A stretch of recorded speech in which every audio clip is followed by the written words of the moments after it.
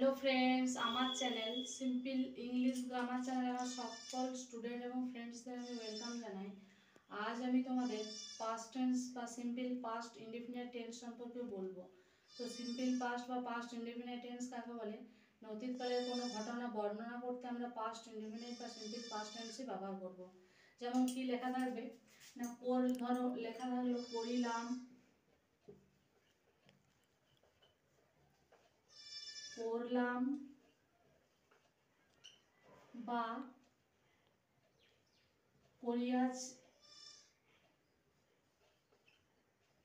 পড়িয়াছিলাম। তো সেক্ষেত্রে কি ব্যবহার হবে? ডিড।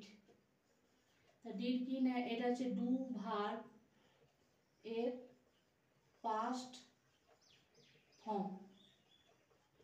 তাহলে ডু ভার্বের এটা হচ্ছে পাস্ট ফর্ম।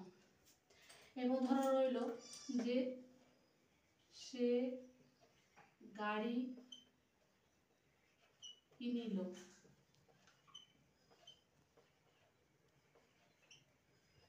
তো শেষে কি আসছে দেখো, ল, তাই তো? তাহলে এটা কি হবে না, হি,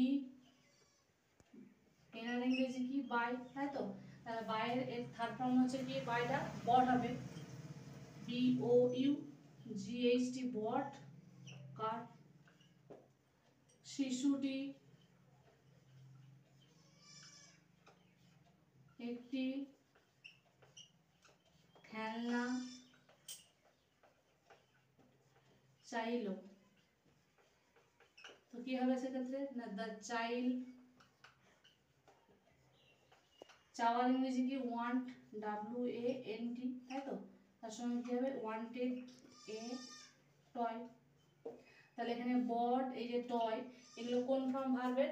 না ভার্বের হচ্ছে পাস্ট ফর্ম। তাহলে নিয়ম কি না, নিয়ম হচ্ছে না ট্রান্সলেশন করার সময় কি হবে, এটা ভার্বের এই পাস্ট ফর্মটাই ব্যবহার হবে।